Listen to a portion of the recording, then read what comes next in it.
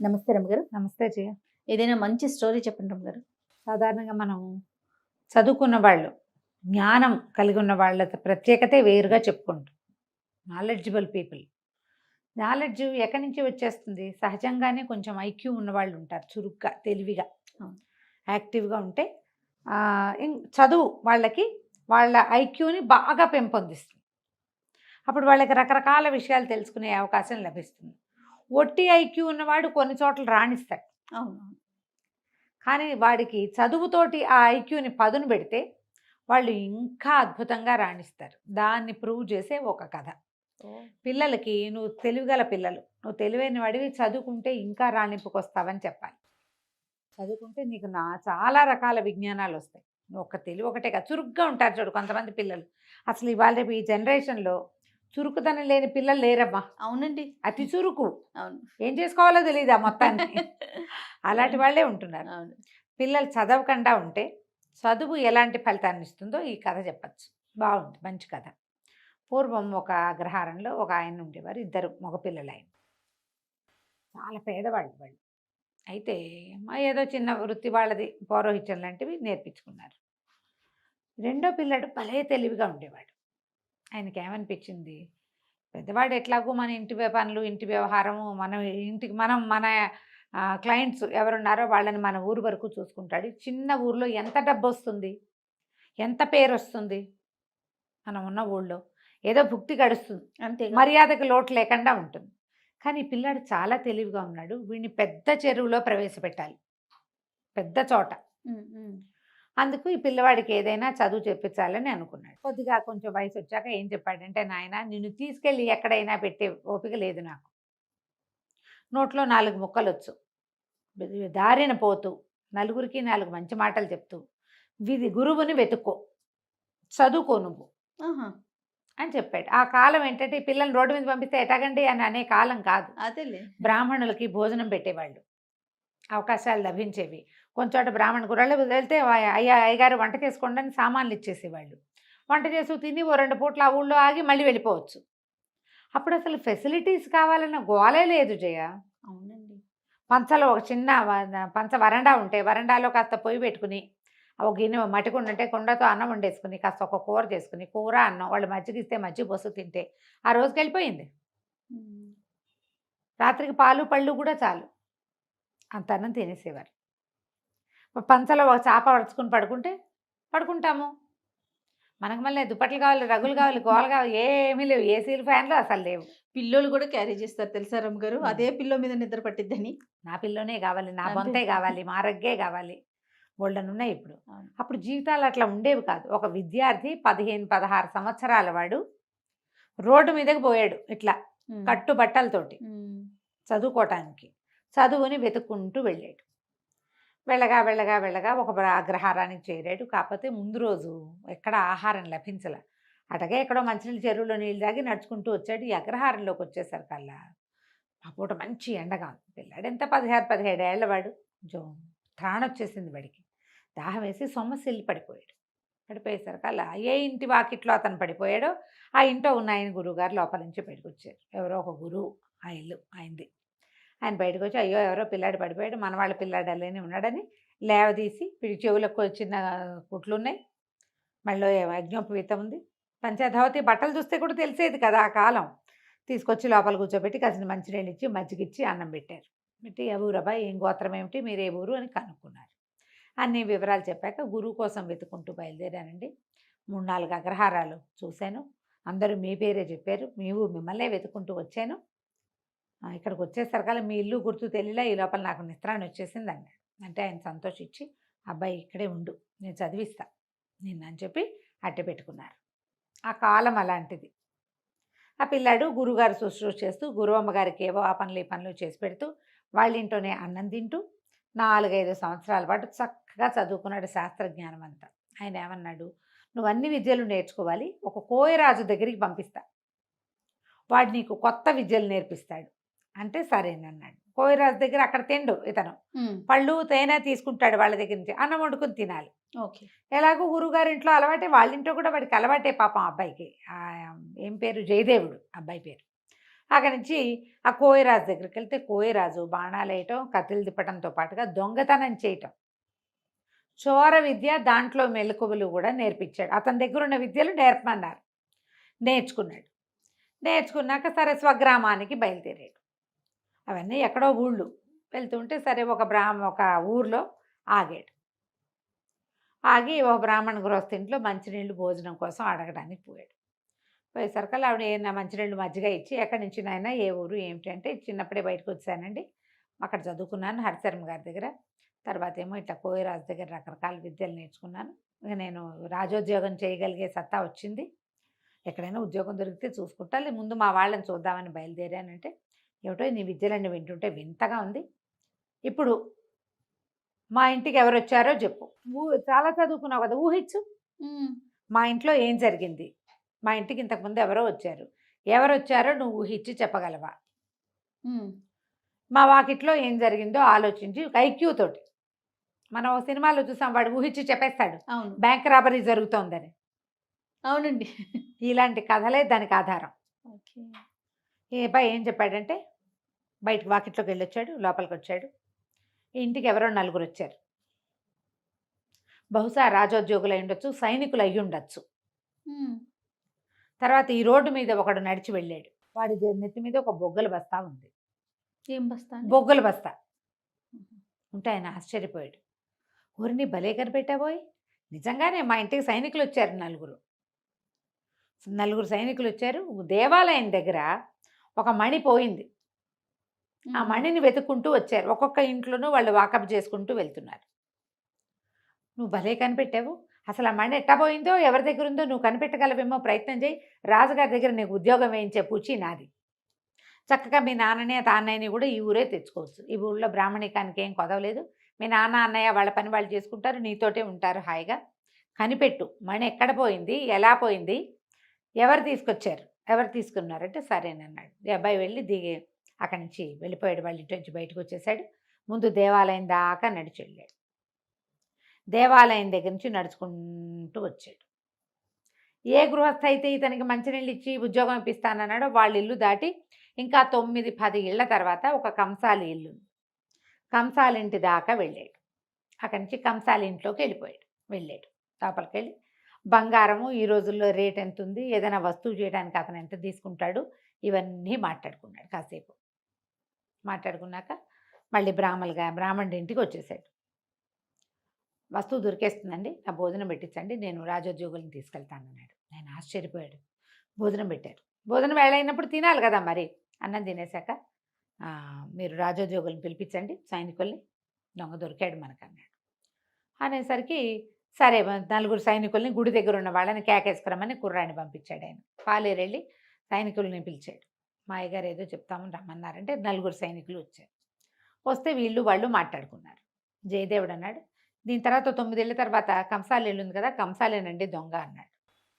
ఈ రాజోద్యోగులు వీళ్ళు సైనికులు అన్నారు, అటగాదు బాబు, అందరి ఇల్లు సోదా చేసాం, ఇప్పుడు నువ్వున్న ఇల్లు సోదా చేసినట్టే కంసాలి ఇల్లు కూడా సోదా చేసాము, వాళ్ళ ఇంట్లో ఎక్కడా కనపడలేదు, అన్ని పెట్లు గిట్లు అన్నీ చూసాం అనేసరికి నాతో పదండి నేను చూపిస్తాను అన్నాడు. ఈ బ్రాహ్మణ ఏ ఇల్లు అయితే ఆశ్రయం ఇచ్చారు ఇంట్లో వాళ్ళు కూడా బయలుదేరారు. సరే అందరూ కలిసి లోపలికి వెళ్ళారు. అతను అన్నాడు, అదేంటండి మా ఇల్లు సోదా చేశారు కదా, నేను అటువంటి వాడిని కాను, అలాంటి వాడిని కాను నేను అనేసరికి ఇతను అన్నాడు, ఈ కంసాళ్ళు వీళ్ళ పద్ధతి ఏంటంటే పెట్టెల్లో బేడల్లో బంగారాన్ని కానీ వస్తువులు కానీ దాచరు, వీళ్ళు దొరికేస్తాయని. ఇప్పుడు కంసాల ఇంట్లో ఎప్పుడు బంగారం ఉంటుంది, దొంగలు పడరు. వాళ్ళు ఏం చేస్తారంటే చిన్న చిన్న గోడకి కంతల్లో పెట్టి మూస్తారు. కొత్తగా అలిగిన గోడ ఎక్కడుందో వెతకండి ముందన్నాడు. మట్టి గోడ అది. ఇప్పుడు రోజు అలకరు కదా, కొన్ని చోట్ల ఇట్లా ప్యాచ్లు కనపడతాయి, ఆ ప్యాచ్ ఉన్న చోట తడి ముట్టుకుని చూసి ఇదిగో తడిగా ఉంది ఇక్కడే అంటే అక్కడ తవ్వేసరికి దాన్ని ఇట్లా కొట్టేసరికి మణి బయటపడింది. వాళ్ళు ఆశ్చర్యపోయారు, ఈ బ్రాహ్మణ ఆయన ఆశ్చర్యపోయాడు, ఆ గృహస్థు కూడా. మణి తీసుకున్నారు, కంసాలను పట్టేశారు. పట్టేశాక బయటకు వచ్చాక ఆయన అడిగాడు, ఎట కనిపెట్టావయ్యా అని. దాందేముందండి, దేవాలయం దగ్గర మణిపోయింది, దేవాలయం దగ్గర ఎక్కడ మణిపోయిందని మీ వాళ్ళు చెప్తున్నారు, మణి మిస్ అయిందని. అక్కడ ఒక చిటికెడు బొగ్గుపొడి రాలి ఉంది, ఆ తర్వాత దారంతా బొగ్గుపొడి రాలింది. ప్రతి చోట వాడు బ్యాగులోంచి రాలుతూ ఉందంటే ఆ దారిని వెళ్తున్నాడు. తర్వాత ఎక్కడైతే బొగ్గుపొడి రాలి ఉందో అక్కడ అడుగులు నిదానంగా వేసినట్టు, మధ్యలో ఒక్క అడుగు వెనక్కి వేసినట్టు కనపడుతుంది. తను ఎవరినైనా వెంబడిస్తున్నారేమోనని వెనక్కి తిరిగి చూశాడు ఆ బొగ్గులు బస్తా పట్టుకున్నవాడు. నేను కంసాల వాళ్ళ ఇంట్లోకి వెళ్ళినప్పుడు వాళ్ళ వాకిట్లోకి, ఇప్పుడు రోడ్డు మీద కాకుండా వాళ్ళ వాకిట్లో కూడా బొగ్గుపడి వెళ్ళింది. వాళ్ళ ఇల్లంతా పరిశీలిస్తే ఒక మూల బొగ్గుల బస్తా కనపడింది. ఖచ్చితంగా అతను తెచ్చి ఉండాలి. అతను ఏం చేశాడు, మణి ఎక్కడ దొరికింది. దొరకగానే మణి చేత్తో పుచ్చుకొచ్చినా జేబులో వేసుకొచ్చినా అంతది తెలిసిపోతుంది. అందుకని ఏం చేశాడు, ఒక బొగ్గుల బస్తా కొనుక్కొచ్చుకొని అక్కడ పెట్టి బొగ్గుల బస్తాలో దాన్ని వేసేసాడు. బొగ్గుల బస్తా మోసుకుంటూ వచ్చాడు. వచ్చిన తర్వాత అడుగడుక్కి ప్రతి 10 అడుగులకి ఓసారి వెనక్కి తిరిగి చూసుకుంటున్నాడు. వెనక్కి తిరిగి చూడాలంటే ఇటా తిరగలేదు, నెత్తి మీద బస్తా ఉంది కదా, ఒక అడుగు వెనక్కి వేస్తే కదా వెనక్కి తిరగాలట్టు. అవును, మనిషి పూర్తిగా సగపడైనా తిరిగితే గానీ కనపడదు అవతల భాగం. అంతేగా. బస్తా ఉన్నవాడు ఎట్టా మరగమల ఇటా చూస్తాడు, చూడలేకపోతాడు కదా. అందుకని 11 అడుగులు ముందుకి, ఒక అడుగు వెనక్కి కనపడుతున్నాయి. అవి కొంచెం అడుగులు మాసిపోయినాయి, అంటే చాలా సేపు అయిందనమాట. మరి మా ఇంటికి సైనికులు వచ్చారని ఎట్టా కనిపెట్టావయ్యా అంటే, దాందే ఉందండి, సైనికులు కవాతు చేస్తున్నట్టు నడుస్తారు, మనకు మళ్ళీ ఎట్ట పడితే ఎట్టా ర్యాండమ్గా నడవరు. అడుక్కి గ్యాప్ కూడా కరెక్ట్గా ఉంటుంది, వాళ్ళకి అలవాటు. 4 రోళ్ళు 8 జతలు, అది కూడా సేమ్ గ్యాపులతోటి. కాబట్టి ఖచ్చితంగా వాళ్ళు సైనికులు అయి ఉంటారని ఊహించాను. వాళ్ళు మీ ఇంట్లోకి వచ్చారు, వాళ్ళ మీ వాకిట్లో మట్టి మీద కూడా సేమ్ అడుగులు ఇవి కనపడుతున్నాయి. వాళ్ళు మీ ఇంట్లోకి వచ్చారు, వచ్చింది రాజ సైనికులు అని తెలిసింది.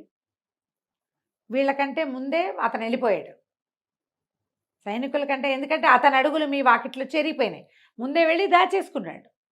కంసాలు కాబట్టి ఖచ్చితంగా బంగారాన్ని పూడ్చినట్టుగానే దీన్ని పూడ్చిపెట్టాడు. ఆ బస్తా ఎక్కడికి వెళ్ళిందో అక్కడే మణి ఉంటుందని నేను ఊహించాను. వాళ్ళ ఇంట్లోకి వెళ్ళినప్పుడు అంతా పరిశీలించి తెలుసుకున్నాను అన్నాడు. ఆయన చాలా ఆశ్చర్యపడి, ఎంత బ్రెయిను, వీడికి ఎంత విజ్ఞానం ఉండాలి, అంతే కదా. ఒట్టి ఐక్యూ ఉంటే సరిపోతుందా, తెలివి ఒకటే కాదు, జ్ఞానం కూడా కావాలి. ఆ జ్ఞానం వీడికి చదువు వల్ల పెరిగింది. ఆయన రాజుగారి దగ్గరికి తను తీసుకెళ్ళాడు జయదేవుడిని.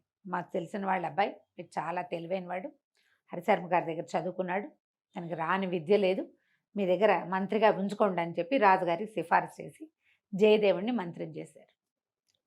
తర్వాత వాళ్ళ అన్నయ్యని వాళ్ళని తెచ్చుకున్నాడు. నిజంగానే ఆ మణి చక్కగా ఎలా పోయిందో అలాగే 3-4 గంటల వ్యవధిలో చక్కగా దొరికేసింది. కథ కంచికి మనం ఇంటికి. రమగారు, మీరు అబ్జర్వ్ చేశారా, చందమామ కథ చెప్పి చాలా రోజులు అవుతుందండి. రకరకాల సిరీస్లు పెట్టినా కూడా మనం చందమామ కథలు కూడా చెప్తూ ఉందాం అప్పుడప్పుడు. తప్పకుండా అండి. పూర్వం మాధవరం అని ఒక పల్లెటూళ్ళలో అవధాన్ గారిని ఒక బ్రాహ్మణ ఆయన ఉండేవాడు. ఈయన పాపం చాలా పేదవాడు, ఏదో యాయవారం చేసుకున్నాడు. అంటే అందరి ఇళ్ళకి పొద్దుటిపూట వెళ్ళి, అమ్మ ఈరోజు ముహూర్తం ఇది అని చెప్పేవాడు. చెప్తే వాళ్ళు ఏదో ఇస్తే కూరో కరివేపాకో బియ్యమో వడ్లో పప్పో బియ్యమో తెచ్చుకుని పోషించుకునేవాళ్ళు. ఈయనకి లోటు లేకుండా 3 మగపిల్లలు 3 ఆడపిల్లలు 6 సంతానం. సంతానానికి లోటు ఉండేది కాదు. పైగా అప్పుడు సంతానాన్ని ఆపే రోజులు కూడా కావు, అవి తెలీదు. సాలొచ్చి మానుకోవాల్సిందే తప్పిస్తే ఇంకా సంతానాన్ని ఆపటం ఇప్పటి రోజులు కావు కదా. ఏదో చిన్న జీవితం ఎలాగోలాగా ఉండేది. అట్లా మీ పిల్లలు కొంచెం పెరుగుతున్న సమయంలో ఆయన కళ్ళు పోయినాయి. కంటి చూపుకి ఏదో సమస్య వచ్చింది, ఆయన కళ్ళు చూపు లేదు. లేకపోయేసరికి ఏం చేస్తారు, ఎట్లాగొట్లా గెంటిచ్చారు. చివరికి ఒక పాత పూరిపాకు ఉంటే అది కూడా అమ్ముకోవాల్సి వచ్చింది. తర్వాత ఏం చేశారంటే, ఆ ఊళ్ళో ఒక ధనవంతుడు, ఒక ఏమన్నాడు వ్యాపారస్తుడు వాకిట్లో ఒక పెద్ద ఇల్లు, ఒక పక్కన చిన్న పంచలాగా ఉంది. ఆ పంచలో నెలకు 4 రూపాయల వడ్డీ అద్దిచ్చి అక్కడ ఉండేలాగా ఏర్పరచుకున్నారు. ఇల్లు వాకిలి లేవు కదా. అదేలేండి. ఈ 6 పిల్లలు భార్యాభర్త అక్కడ ఉండేవాళ్ళు. ఈయన కళ్ళు పోయినాయి, ఆయన ఇళ్ళంబడిపడి తిరగలేడు. ఆ ఊళ్ళో ఒక రామాలయం ఉంటే వీళ్ళు ఏం చేసేవాళ్ళు, రోజు పిల్లలు కానీ తల్లి కానీ ఎవరో ఒకళ్ళు ఆయన తీసుకొచ్చి ఈ రామాలయం దగ్గర కూర్చోబెట్టి ఒక గావంచ ఆయన ముందు పరిచి వెళ్ళిపోయేవాడు. సాయంకాలం మళ్ళీ తీసిపోయేవాళ్ళు అనమాట. పొద్దునే కాస్త అన్నం తినేసి వచ్చేవాడు. ఆయన వచ్చి ఇక్కడ కూర్చుంటే ఈ గుళ్ళోకి వచ్చిన భక్తులు పావలావో 10 పైసలో అరటిపండో లేకపోతే కొబ్బరి చిప్పో ప్రసాదం ఏదైనా చేస్తే అదో, అది కాకపోతే స్వయం పాకం ఇస్తారు. బ్రాహ్మడు కదా, ఎంత చెడ్డా పాపం, స్వయం పాకం ఇచ్చుకోవడానికి అవధాన్ గారు గుడి దగ్గర ఉంటాడు కాబట్టి అది పితృకార్యాలప్పుడు అట్లా ఏవో ఇచ్చేవాళ్ళు. పావలా 10 పైసలు పడేవి. దేవాలయంలో దండం పెట్టుకుని సాయంకాలం అయ్యేసరికల్లా పిల్లలో తల్లో ఎవరో ఒకళ్ళు వచ్చి ఈయన పడిన వస్తువులు మూట కట్టుకుని ఆయన చేతబుచ్చు తీసుకుపోయేవాళ్ళు. రోజు ఇట్లా కూర్చునేవాడు. ప్రతిరోజు దేవుడికి దండం పెట్టుకునేవాడు. ఏమిటి నా పరిస్థితి, కనీసం పిల్లలైనా ఎక్కి రావాలి కదా, ఆడపిల్లల పెళ్ళిళ్ళు ఎట్లా చేస్తాయి ఈ జీవితంతో అని దిగులు పడేవాడు. పెద్ద పిల్లల్లో 2 మగపిల్లలు కొంచెం పెద్దవాళ్ళు అయ్యారు. వాళ్ళు కూడా ఓ పావలా తెచ్చేవాళ్ళు ఏదో చిన్న పని చేసి.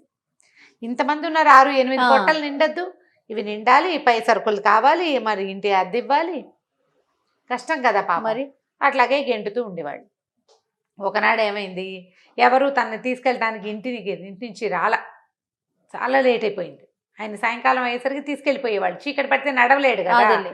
అయితే ఎవరు రాపోయేసరికి నేను చూస్తూ ఉండగా ఏమైంది, ఆయన భార్య ఏడ్చుకుంటూ పరిగెత్తుకుంటూ వచ్చింది. ఏమిటి అంటే ఆవిడ ఏమందంటే, ఏమంటే ఏం చేయాలి, ఆయన డబ్బులు ఈ నెల మనం రెంట్ ఇవ్వలేకపోయాము, 2 నెలలు అయిపోయింది, ఈ కిందటి నెల ఇవ్వలేదు, ఈ నెల కూడా ఇవ్వలేదు, వాళ్ళేమో సామాన్లు అన్నీ బయట పారేశారు, అన్నీ బయటపడిపోయినాయి, ఇంక ఇప్పుడు ఏం చేస్తాము, మన పరిస్థితి ఇట్లా అయిపోయింది అని చూస్తే గావంచాలో 2 రూపాయలు 2 కాన్లు ఇవి ఉన్నాయి, 2 అరటిపళ్ళు, అంతకంటే ఏం లేవు. ఇవాళ భక్తులు కూడా లేరు. భార్య భర్త ఇద్దరు ఏడుచుకుంటూ దేవుడి దగ్గర దండం పెట్టుకుని మెల్లిగా ఇంటికి నడిచి వెళ్ళారు. సామాన్లు లేవు, ఆ పంచలో నుంచి బయట పారేస్తారు వాళ్ళ సామాన్లు, వీళ్ళకి అన్నం వండుకునే దిక్కు కూడా లేదు. ఇంటికి వెళ్ళాక ఏం చేశారు, అక్కడ దాకా వెళ్ళి బయట పడేశారుగా. ఆ ఎదురుగుండా ఓ చెట్టు, ఏదో పెద్ద చెట్టు ఉంటే దాని కింద ఒక గట్టు ఉంటే ఇవాళకి పొయ్యి ఇక్కడ పెట్టుకుని వండుకుందామని పిల్ల జల్ల అందరూ కలిసి ఆ సామాన్లన్నీ బయట విసిరేసినవన్నీ ఆ చెట్టు కిందకి చేర్చుకున్నారు. ఇంతలో ఏమైంది, చీకటి పడే వేళకి సాయంకాలానికి ఈయనని తొందరగా తీసుకెళ్ళిపోతారు, రాత్రికి వచ్చే భక్తులు ఉంటారు కదా. ఈ సాయంకాలము ఇక్కడ హడావిడంతా చేసినటువంటి ఆ వ్యాపారస్తుడు, ఆ శెట్టి గారు, ఎవరింట్లో అయితే వీళ్ళు అద్దెకున్నారో ఆయన గుళ్ళోకి వెళ్ళాడు. వెళ్ళేసరికల్లా పూజారి గారికి ఏదో చిన్న ఇబ్బంది వచ్చి ఆయన హారతి ఇవ్వకుండా ఇంటికి వెళ్ళాడు. ఈయన బయట కూర్చున్నాడు, హారతి తీసుకుని వెళ్ళాలని. ఇంతలో ఏమైందంటే సీతారాములు ఇద్దరూ మాట్లాడుకుంటున్నారు విగ్రహాలు.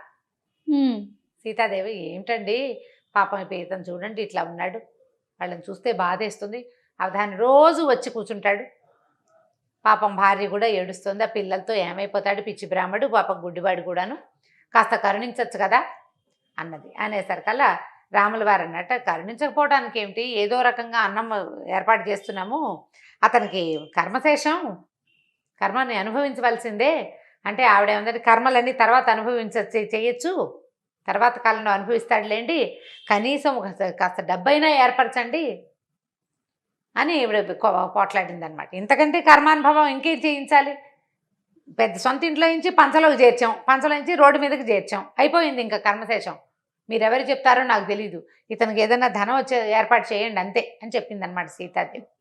అనగానే సరే ఈయన ఏం చేశాడు, రాములు వారు ఆంజనేయ స్వామి ఎదురుగుండా కనపడుతున్నాడు, సీతారామ లక్ష్మణులు ఇక్కడ నుంచున్నారు, ఆంజనేయ స్వామి ఉంటాడు కదా. ఆంజనేయ స్వామికి, హనుమ విన్నావు కదా అమ్మగారి ఆజ్ఞ, 1,00,000 రూపాయలు ఏర్పాటు చేయి వీధ బ్రాహ్మడికి పాపం అంటే, అలాగే ప్రభు అన్నట్టు ఆంజనేయ స్వామి. ఈ మొత్తం మాటలు వినేశాడు శెట్టి గారు. ఇంకేముంది, 1,00,000 వస్తుంది అవధానికి, ఇప్పుడు ఆయన ఇవ్వన్నాడు, ఈయన ఇస్తానన్నాడు అంటే పడేస్తారనమాట. అంతేగా, డబ్బులు ఎలా వస్తాయి, లేకపోతే సడన్గా ఎలా వస్తాయి చెప్పు, ఎవరైనా పడేసి చేయాలి. వ్యాపారం లేదు, ఉద్యోగం లేదు, పొలం దున్తుంటే ఏదో దొరికింది అనుకోవచ్చు, ఇల్లు కడుతుంటే దొరికింది అనుకోవచ్చు, పునాది తవ్వుతుంటే దొరికింది అనుకోవచ్చు, పునాదులు లేవు, ఇల్లు లేదు, వాకిలు లేదు, ఈయనకి ఎక్కడి నుంచి వస్తుంది. కాబట్టి ఇది కాదనమాట, వీళ్ళకి ఈయనకి అవధానికి డబ్బు ఇస్తారు వీళ్ళే. అక్కడి నుంచి లబలబలాడుతూ పరిగెత్తుకుంటూ ఇంటికెళ్ళి అవధాని గారి కాళ్ళు చేతులు గడ్డాలు పట్టుకున్నాడు. అయ్యో అయ్యో అయ్యో, మావాడు అప్పడు దుర్మార్గుడండి, మా పనివాడు అప్పడు వెంకడు ఇద్దరు పనివాళ్ళు, వాళ్ళిద్దరు కలిసి సామాన్లు బయటపడేశారనమాట. నేనుండగా ఇంత పని జరగనిస్తానా, మీరు ఎంతో మంచివాళ్ళు, వచ్చి ఉండండి, పంచలో వచ్చి ఉండండి అని బతిమలాడితే ఈయనేమో సరే మరి ఏదో ఒకటి కావాలిగా, పంచలోకి చేరారు. పంచలోకి చేరంగానే ఈయన ఏమన్నాడు, 10 రూపాయలు తీసి అవధాని గారి చేతిలో పెట్టపోతే ఆయన నాకొద్దు, నేను తీసుకోను అన్నాడు. కాదు పోనీ 10 రూపాయలు చిన్నది, ఈ 100 రూపాయలు తీసుకోండి, చేసిన అపరాధానికి నాకు మన్నింపు కావాలి, ఈ 100 తీసుకోండి అంటే, చీచి డబ్బులు తీసుకుని ఆయన, నేను ఎవరి దగ్గర డబ్బులు తీసుకుని ఎరగను, ఈ ఐవారం చేస్తాను అంతే, నేను నీ డబ్బులు నాకెందుకు నాయన, ఏదో ఆసరా చూపించావు, కాస్త రెక్కాడితే రేపొద్దున మీ 2 నెలల అద్దె మేము ఇచ్చేస్తుంటే, అయ్యో అద్దొద్దు ఏమొద్దు, 100 తీసుకోండి అని ఎంతగానో బతిమలాడేసరికల్లా ఒప్పుకోవాలి ఆయన. ఒప్పుకోకపోతే అది కాదండి, ఓ పని చేద్దాం, మీరు రేపు మీ పల్లెల్లో మీ గావంసా మీద ఏది పెడితే అది నాకు ఇద్దరు కానీ 100 తీసుకోండి అన్నాడు.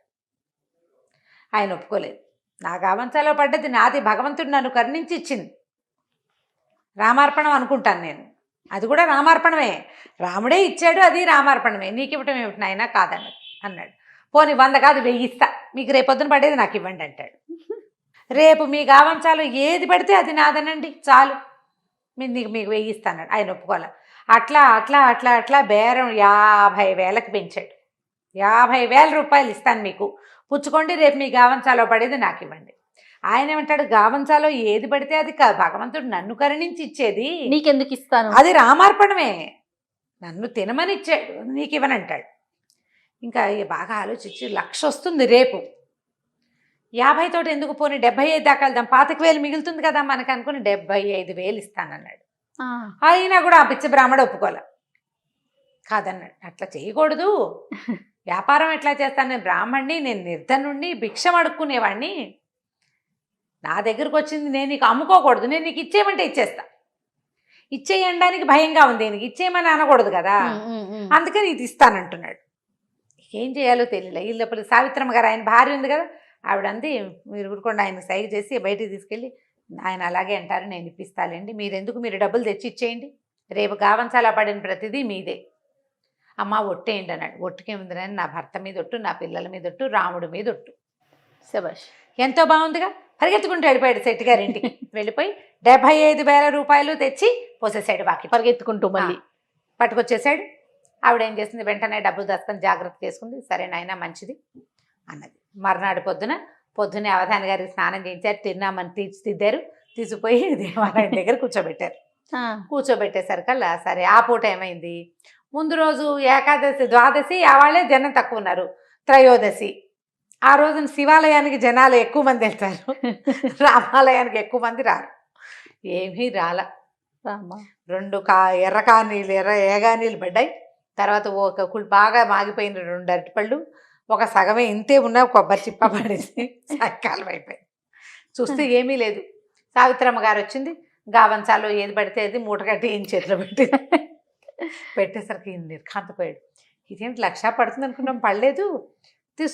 చూస్తుంటే సావిత్రమ్మ గారు లేచి భర్తను తీసుకెళ్ళిపోయింది. ఇంకా అక్కడ గావంచాలేదు, ఏం పడుతుంది, ఆవిడ తీసుకెళ్ళిపోయింది. ఈ లోపల పొద్దున్నే భర్తను ఇక్కడ కూర్చోబెట్టి ఆవిడ ఊళ్ళో ఇల్లు వాకిలి ఏర్పాటు చేసుకుంది. ఒక 5-6 వేల రూపాయలకి ఇల్లు కొనేసుకుంది, పిల్లలకి ఇంట్లో కావాల్సిన సామాన్లు కొనేసేసింది, డబ్బులు ఎక్కడెక్కడ దాచిపెట్టాలో మధ్యాహ్నం సాయంకాలం 4 అయ్యేసరికి మొత్తం ఏర్పాటు చేసేసి పిల్లల్ని ఎలా తీసుకుని వెళ్ళిపోయి.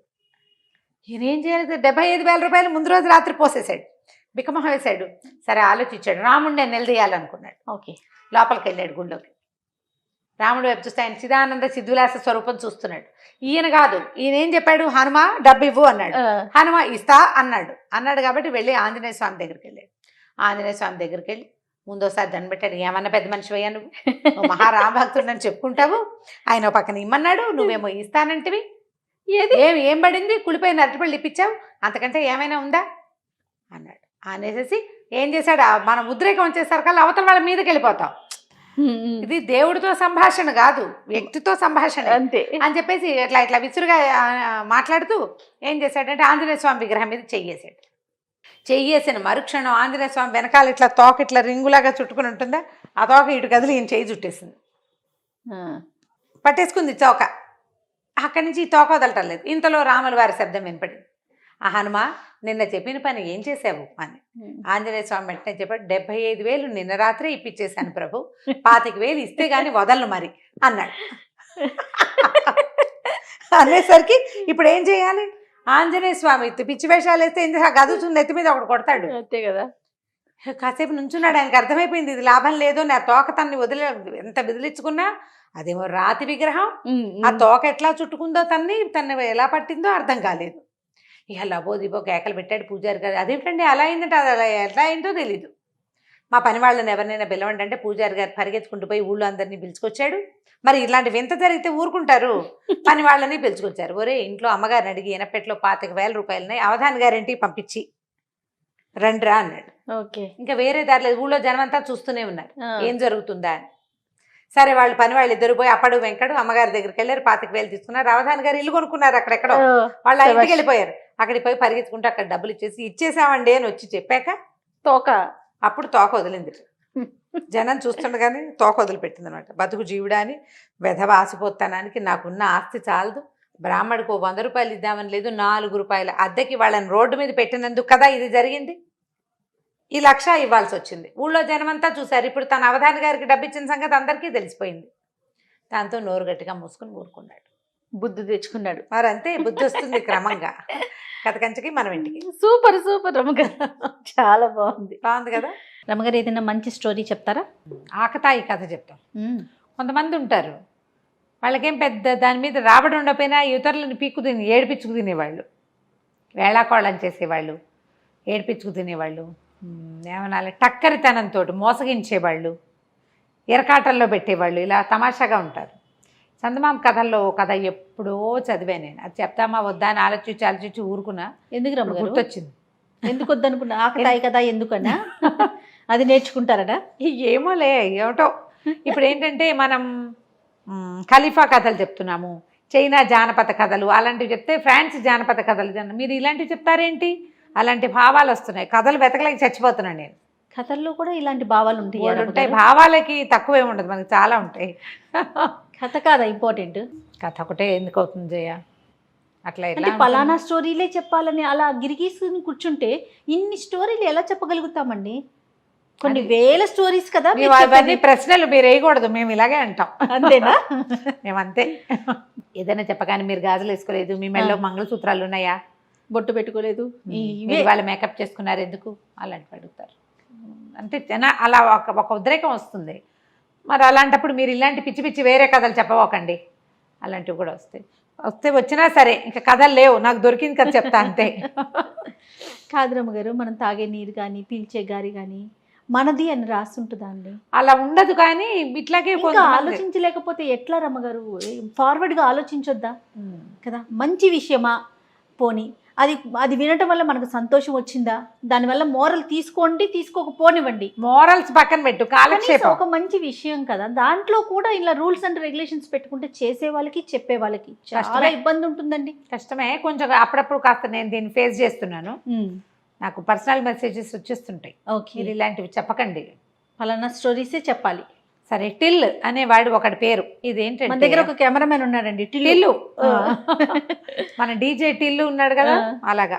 ఈ టిల్ ఏంటంటే జర్మనీ కథ. ఇది ఒక పేద సామాన్య కుటుంబంలో పుట్టాడు. చిన్నప్పటి నుంచి చిలిపివాడు, ఏదో ఒక కొంటె పని చేసేవాడు, అల్లరి చేసేవాడు. ఎవరి పైనుంచి దూకుతారో వాళ్ళకి అదేదో దొరుకుతుందని పిల్లల మధ్య పందాలు పెట్టి వాడు మాత్రం దూకేవాడు కాదు, అందరు దూకేవాళ్ళు. చిన్నప్పుడు ఒకటి చెప్తుండేవాళ్ళు, ముక్కు కొక్కితే ఆంజనేయ స్వామి కనిపిస్తాడు. అందరి పిల్లలందరికీ ముక్కు మీద పుళ్ళే 108 సార్లు కోకాలి. తర్వాత ఏమవుతుంది, ముక్కు మీద ఇక్కడ దూలం మీద పల్చగా ఉంటుంది కదా స్కిన్, అందరి పిల్లలకి ముక్కు మీద పుళ్ళు ఉండేవి. అసలు ఎవడు చెప్పాడో వాడు చచ్చినా గోక్కునేవాడు కాదు. వీడు కూడా అలాంటి వాడు అన్నమాట. అయితే ఇదేంటంటే పాపం తండ్రి చనిపోయాడు. వాళ్ళమ్మ ఇంట్లో ఉన్నవి మన్నవి అవి ఇవి పెట్టి ఎటాగొట్టా సంసారం నడిపింది. ఓ రోజు కూర్చుని ఏడుస్తూ కూర్చుంది, ఎందుకు పనికిరావురా, ఏం పని చేయవు, నీకు ఆటకాయితనము ఆటకాయితనము అల్లరి కొంటెతనము తప్ప, సోమరిపోతువు నువ్వు, 10 రూపాయలు తేలేవు, 10 రోజులు అన్నం గడపలేవు, మీ నాన్న సంపాదించి పెట్టిన తినేసాం, ఆయన కొనిపెట్టినవి మింగేసాం, అన్నీ అయిపోయినాయి, నువ్వు నేను మిగిలాం, ఈ పూరు గుడిసె ఒకటి ఉంది మనకి అనేసరికల్లా అమ్మాట ఏడబోకే, నీకేం కావాలి, డబ్బులే కదా, తిండి అంతేగా, నేను చూస్తాలే అన్నాడు. వీళ్ళు ఊరిలో ఒక ఊరికి చివరగా ఉన్నారు. ఆ ఊర్లో రెండో చివరి వైపుకి ఉన్నటువంటి ఒక బజార్లలో పెద్ద పెద్ద రొట్టెల దుకాణాలు అవి ఉన్నాయి. వీడు మంచి పైలా పచ్చేసిగా కొట్లోకి వెళ్ళాడు. సాధారణంగా బిక్కుబిక్కుమంటూ బిక్కమొహాలు పెట్టుకుని ఉన్న వాళ్ళని చూస్తే జనాలు పసిగడతారు. కాన్ఫిడెంట్గా ఉండేవాడిని చూసి జబర్దస్త్గా లోపలికి వచ్చినవాడు, చేతులు ఆడిచ్చేసేవాడు, చకచకా తలకాయ అటు ఇటు తిప్పేవాడుని నమ్ముతారు. అవును, కాన్ఫిడెన్స్ కావాలి జనాలకి. వాడి దగ్గర డబ్బులు ఉన్నాయో లేదో కాదు ముందు కావాల్సింది. బిక్కమొహం వేసుకుని భయంగా చూస్తున్నాడు, అసలు నీ దగ్గర డబ్బులు ఉన్నాయా అని అడుగుతారు. ఈ జబర్దస్త్గా వచ్చేవాడిని ఎవడు ఏమడగాడు. లోపలికి వెళ్ళి మా అయ్యగారు ఇది రెండో చివర బస చేశారు, కమ్మటి తీయటి చక్కటి రొట్టెలు కావాలి, చాలామంది ఉన్నాం అని చెప్పి బంగారు కాసుకి సరిపడా రొట్టెలు ఇచ్చి పంపించు నాతో మనిషి, నేను అవన్నీ మోసుకెళ్ళలేనన్నాడు. పెద్ద తట్ట నిండా వస్తాయి, మనిషిని ఇచ్చి పంపించు, కాసు వాడికి ఇచ్చి పంపిస్తా. బాగుందిగా. షాపు వాళ్ళకి అలా అలవాటే, మొత్తం సరుకు మోసుకెళ్తే షాప్ అబ్బాయి డబ్బులు పుచ్చుకొచ్చేస్తాడు. సరే, ఆ కుర్రాడు షాపులో ఒక అతను ఉన్నాడు, మరీ కుర్రాడు ఏం కాదు, పెద్దవాడు, బుట్ట తట్ట నెట్టి మీద పెట్టుకుని నడుస్తుంటే ఈ టిల్ అన్నాడు, సరిగ్గా పట్టుకో, ఒరిగిపోతుంది, పడిపోతాయేమో రొట్టెలు, అసలే మా అయ్యగారు ఒప్పుకోరు కింద పడితే రొట్టెలు అన్నాడు. అతను వాడు బాగానే నడుస్తున్నాడు, ఒరిగానా అని ఇలా చూసుకున్నాడు. చూడంగానే ఒక రొట్టె జర్రుమని జారి కింద పడిపోయి. రొట్టె అంటే అవేమిటి బన్నులు, ఓకే. బన్స్ అంతంత ఉంటాయి, ఇట్లా కొంచెం దెబ్బరొట్టెలు లాంటివి. పడిపోయి పడంగానే గట్టిగా అరిచాడు ఈ టిల్లు. అయ్యో అయ్యో ఇంకేముంది, కింద పడేసేసావు, ఓ పని చెయ్యి, నేను ఇక్కడ నుంచుట, ఈ రొట్టె పుచ్చుకుని షాప్కి వెళ్ళిపో, అది అక్కడ పెట్టి మీరు ఎవరన్నా తిందురు కానీ, కింద పడిన రొట్టె మా అయ్యగారు తినరు, ఆయన గొప్పతనాన్ని చాలా తక్కువ, ఇంకో రొట్టె పుచ్చుకురా, నేను ఇక్కడే నుంచుంటా అన్నాడు. ఇంత బరువున్న తట్ట వాడేం చేసుకుంటాడని వీడు నాదే తప్పు అనుకున్నాడు. ఆ బుట్టలు మోసే అతను గబగబా నడుచుకుంటూ పోయాడు. అతను అటు తిరగంగానే ఈ బుట్టను నెత్తి మీద పెట్టుకుని పరిగెత్తేసాడు. వాళ్ళ అమ్మకి తీసుకెళ్ళి చూపించాడు. అమ్మ చూసావా, తియ్యటి రొట్టెలే, వెన్నబూసినవి, పంచదార జల్లేరు, ఎన్ని రోజులో వస్తాయి, హాయిగా తిందాం, మనకు కావాల్సిన రొట్టెలే కదా. ఆ ప్రాంతంలో రొట్టెలే తినేవాళ్ళు. ఏదో కాస్త అవి ఇవి బియ్యంతో పల్చగా జావ లాంటిది కాచుకునేవాళ్ళు. ఆ మాత్రం బియ్యం ఉన్నాయి, రొట్టెలు కావాలి ప్రధానంగా. 10 రోజులు గడిచినాయి. గడిస్తే వాళ్ళ అమ్మ 10 రోజులు అవ్వగానే, ఒరే నువ్వు తెచ్చిన బుట్టెడు ఎన్నాళ్ళు వస్తాయిరా, రొట్టెలు కాస్త అయ్యేపోయినాయి, మళ్ళీ మొదలెట్టేమో మళ్ళీ మొదటికి వచ్చాం మనం అని తిట్టిపోతుంది. అంతే కదా, ఎవరి దగ్గరైనా పని చేస్తాలేవే అన్నాడు. అయితే ఏమైంది, ఒక రొట్టెల కర్మాగారంలో చేరాడు. అది రొట్టెలు చేసే బేకరీ. అయితే ఆయన సాయంకాలం అయ్యేసరికి వీడికో 4 రొట్టెలు చేతిలో పెట్టేవాడు. డబ్బులు ఇవ్వాలి, ఇంకా డబ్బులు ఇవ్వాల, ఏ రోజుకి ఆ రోజు కూలీ ఉంటుంది. అయితే 2 రోజులు పనిచేశాడు.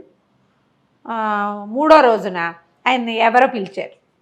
ఒరే నాయనా, నేను వచ్చేది, నేను వెళ్ళొస్తాను, ఈ లోపల నువ్వు కాలుస్తావా అన్నాడు.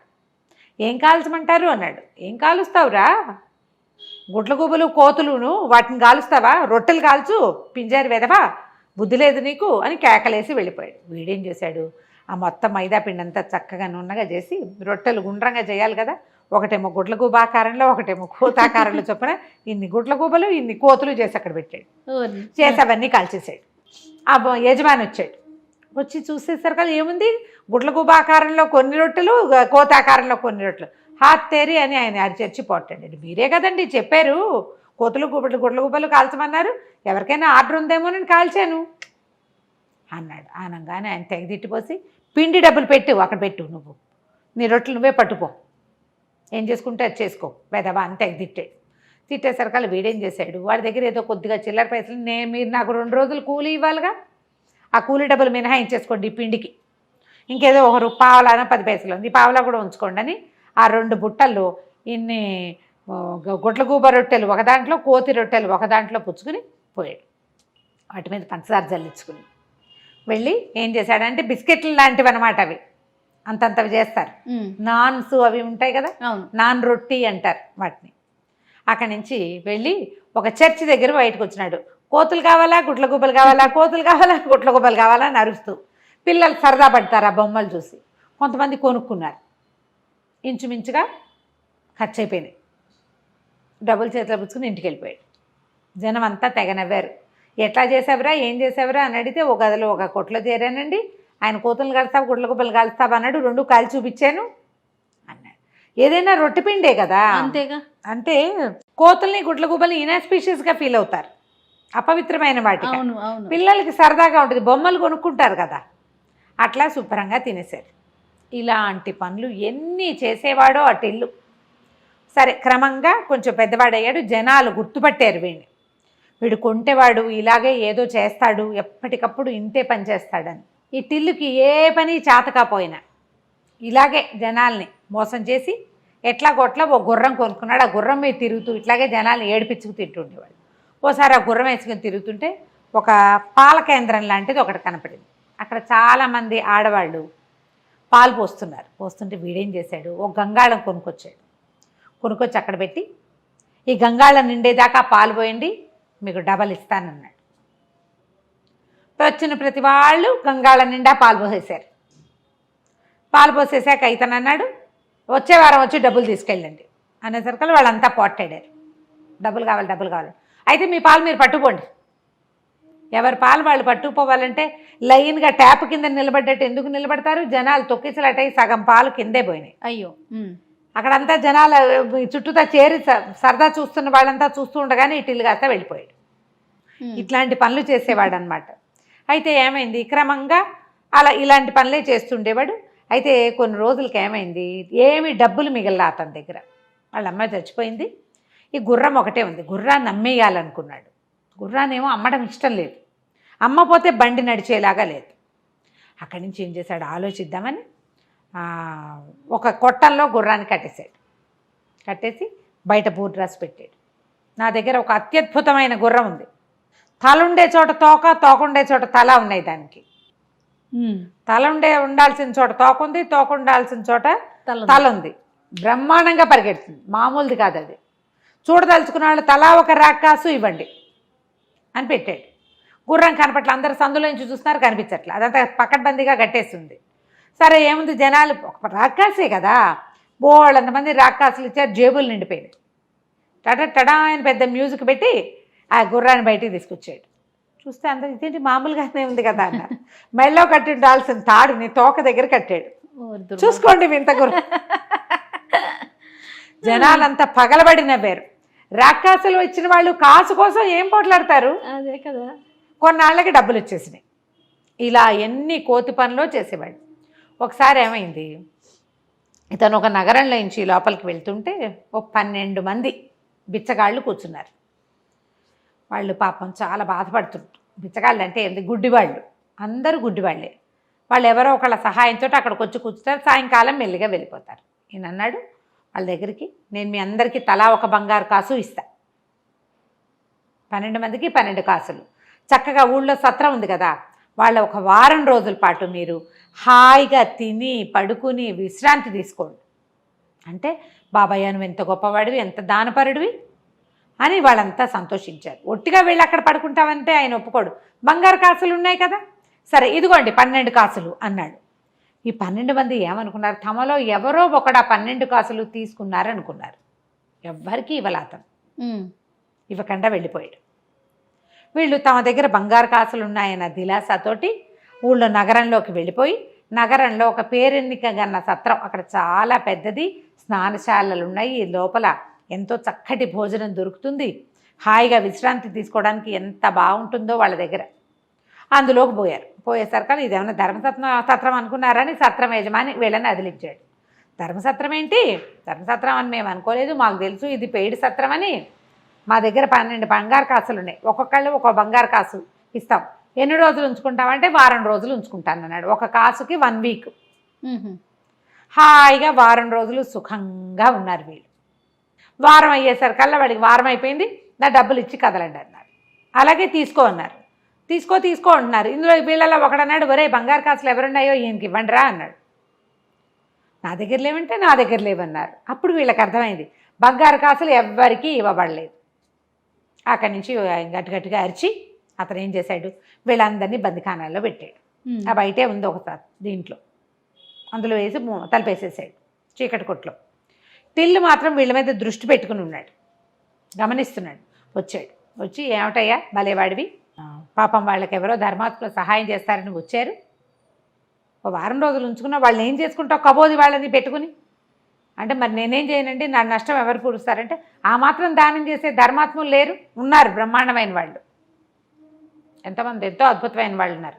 కావాలంటే మీ ఆవిడని నాతో పంపించు, నేను ఆ దానం ఇచ్చేవాడిని ఎవరినైనా చూస్తా అంటే సరేనన్నాడు. సరే అంటే ఇతను ముందెళ్ళి ఒక మత గురువు దగ్గరికి వెళ్ళి, అయ్యా ఒక అభాగ్యుడికి సైతాన్ సోకింది, దాన్ని వదలగొట్టాలండి మీరు అంటే, తప్పకుండా నాయన దానికి అభాగ్యులకు సహాయం చేయటమే కదా మతాధికారులది పరిస్థితి, మేము అదే కదా చేస్తాం, తీసుకురా వీలు వెంబడి అన్నాడు.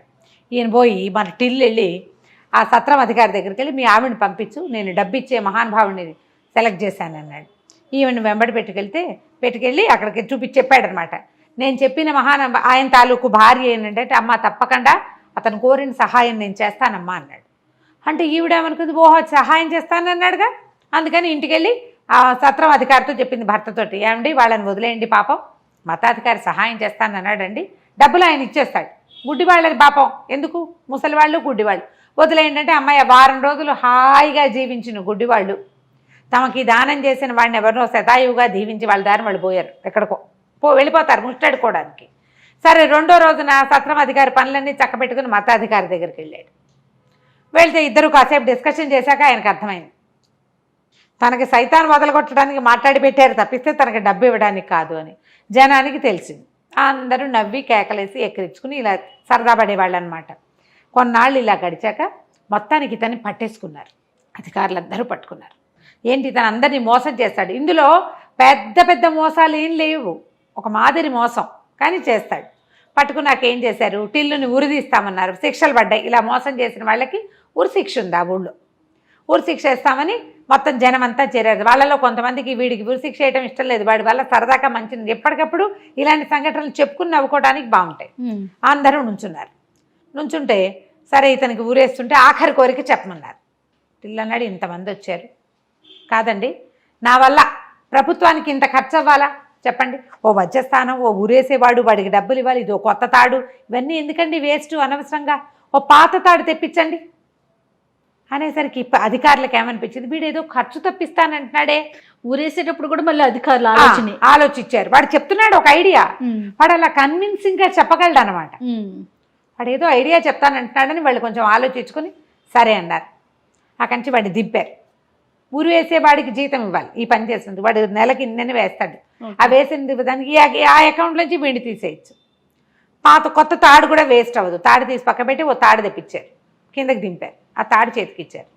సరే అన్నారు. అనేసరికి అలాగేనండి, నాకు అవకాశం ఉన్నప్పుడు చేయి తీరిగిన అయినప్పుడు ఈ పాతోడితోటే ఊరేసుకుంటారని జంపు. అలా పారిపోయేవాడు అనమాట.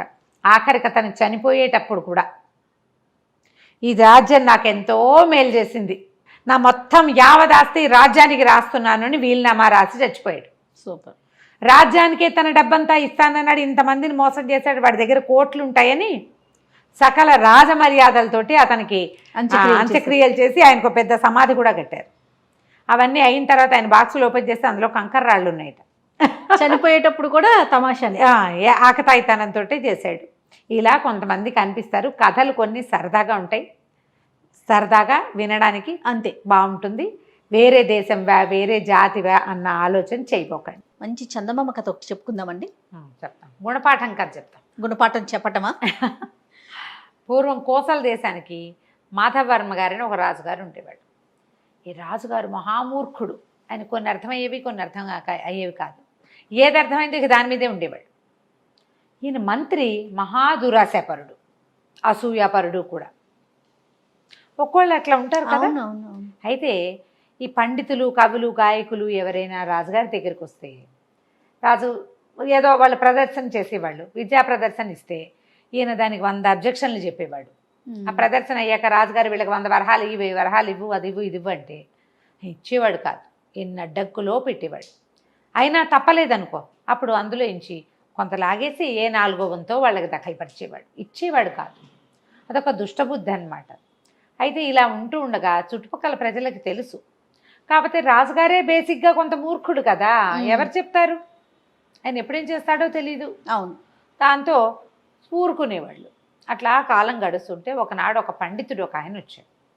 ఆయన చాలా చక్కటి కవిత్వము అవి చెప్పగలిగే పాండిత్యం ఉంది. దాంతోపాటు ఆయనకి కళలు, వాటి మీద విశ్లేషణ బాగా తెలుసు. ఒక్కొక్కళ్ళు చదువుకుంటారు కదా, స్వప్నశాస్త్రం అంటారు.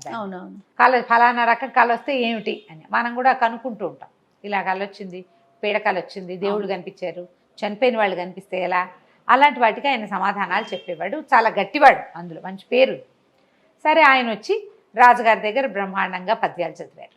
చదివేసరికి రాజు చాలా సంతోషించి, బాబ్బా ఏం పాండిత్యం అండి మీది, ఎంతో బాగుంది అని మంత్రి ఈయనకి 100 వరహాలు ఇవ్వమని, బంగారు వరహాలు ఇవ్వమని చెప్పేసరికి మంత్రి అన్నాడు, ఏముందండి ఇందులో, ఈ పద్యాలన్నీ పాతవేను, మా నాన్నగారు కూడా ఇలాంటి కవిత్వమే రాసేవాళ్ళు, మా నాన్న గొప్ప కవి మీకు తెలుసు కదా, మంత్రి గారు తండ్రి గారు గొప్ప పండితుడు, కవి, ఆయన చాలా పద్యాలు రాశారు, మా నాన్న చెప్పిన పద్యాల్లాగానే ఉన్నాయి, ఏముంది కొత్త ఇందులో. ఈ పండితుడు రాజుగారి దగ్గర బహుమానం పుచ్చుకొని నాకు కళల శాస్త్రం కూడా తెలుసు, అది మీకు ఏదైనా సమాధానం కావాలంటే నేను చెప్పగలనని అడిగి ఆ స్థానంలో కుదురుకోవాలని అనుకున్నాడు. ఆ కథ ఎట్టాగో పోయింది, ఈ కథ కూడా ఆగిపోయింది. 100 బంగారు నాణ్యాలకి 10 కూడా చేతిలో పడేలాగా లేవు. ఆయన చాలా దూరం నుంచి కష్టపడి అప్పు చేసుకుని మరీ పాపం ఇక్కడికి వచ్చాడు. అప్పుగానే ఉంది. ఇక్కడ ఈయన చెప్పిన కవిత్వం పాత కవిత్వము, కాపీ కవిత్వము అయిపోయింది. దాంతో ఆయన చాలా హతాశుడైపోయాడు. రాజు ఏం చెప్పబోయినా ఆ మంత్రి గారు వినలా.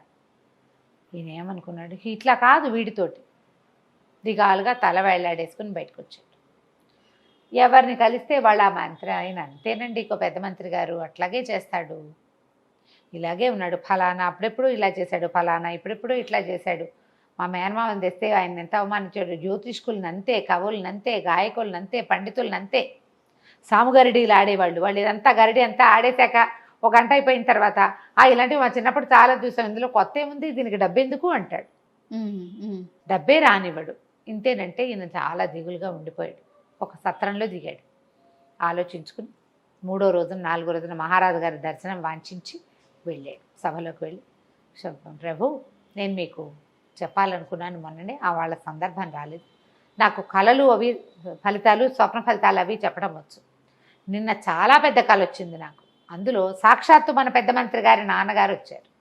ఏమిరా, నా కవిత్వం కాపీ కొట్టి పాండిత్యం చూపించి నా పాండిత్యాన్ని కాపీ కొట్టుకుని, దాన్ని ఏమంటారు కాపీ కొట్టడానికి తెలుగులో, నన్ను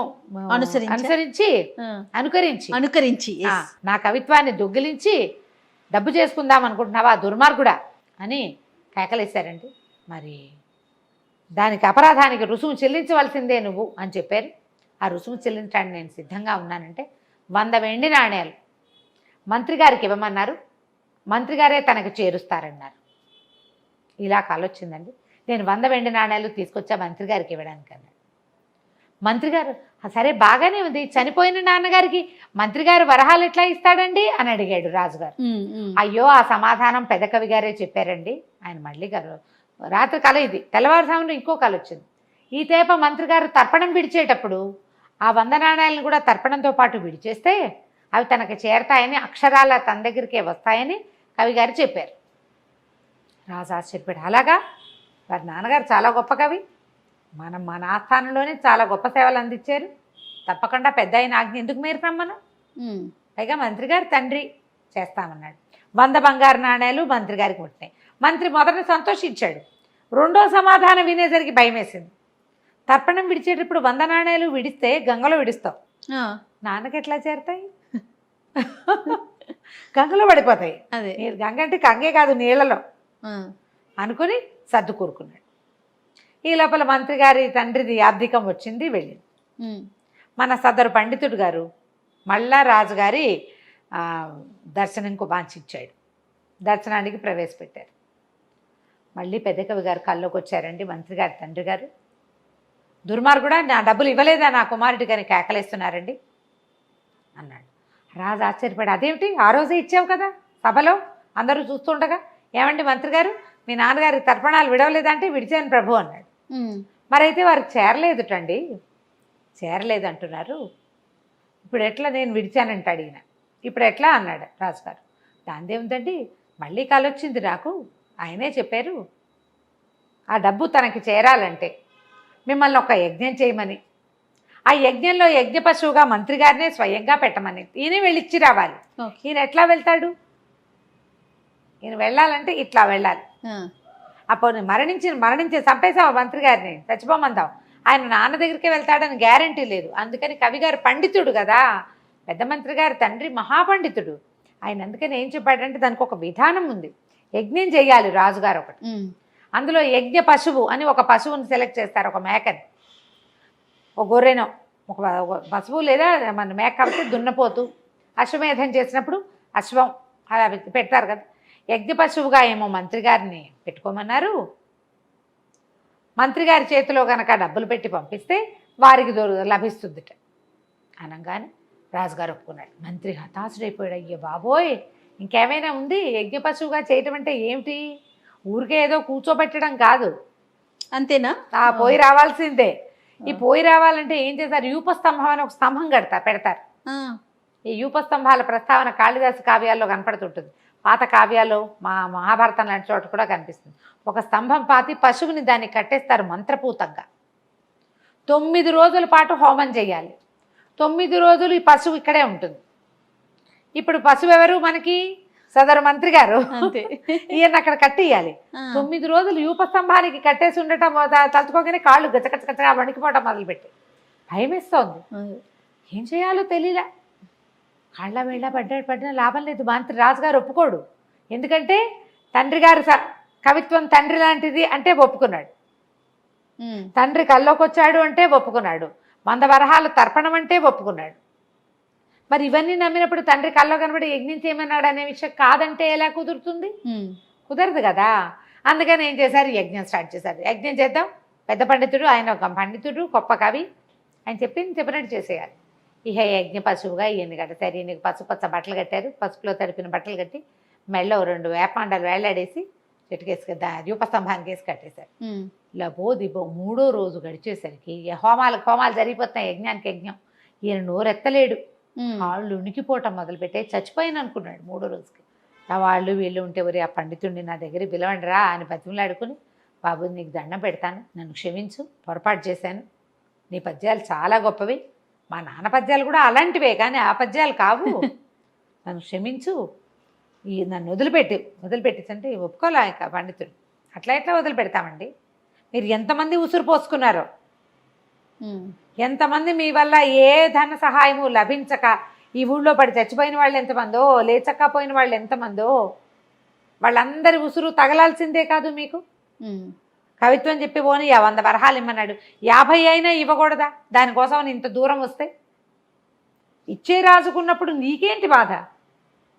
నీ అసూయ వల్ల కదా, నువ్వు బాగా దెబ్బ ఇంకో 2 రోజులు నువ్వు కట్టేసి ఉంటే నీకు బుద్ధి వస్తుంది అంటే కాళ్ళ వెళ్ళా పడిపోయాడు మంత్రి పండితుడు. నన్ను వదిలిపెట్టేసి అంటే ఇంకో 2 రోజులు గడవనిచ్చి 5వ రోజున మహారాజా మళ్ళీ కలొచ్చిందండి, ఈ 5 రోజుల యజ్ఞాలకి మీరు వేసిన దక్షిణ అంతా మన మధ్యమంత్రి గారి తండ్రి గారైన కవి గారికి అందిద్దట. ఇక యజ్ఞం ఆపు చేయమని, యజ్ఞ పశువుని వదిలేయమని ఆయన చెప్పారు కళ్ళు అనగానే మహారాజు అన్నాడు, అలాగే ఆయన ఎలా ఆజ్ఞాపిస్తే ఎట్లా 5 హోమాలు చాలనుకుంటే 5వ రోజు హోమాలకి పూర్ణాహుతి వేసేసి ఏదో ఒక గుమ్మడికాయ అవి ఇవి వేసి పూర్ణాహుతి చేసి దండం పెట్టేశారు. ఈ యూపస్తంభాన్ని కట్టేసిన పెద్ద మంత్రి గారిని విడుదల చేశారు.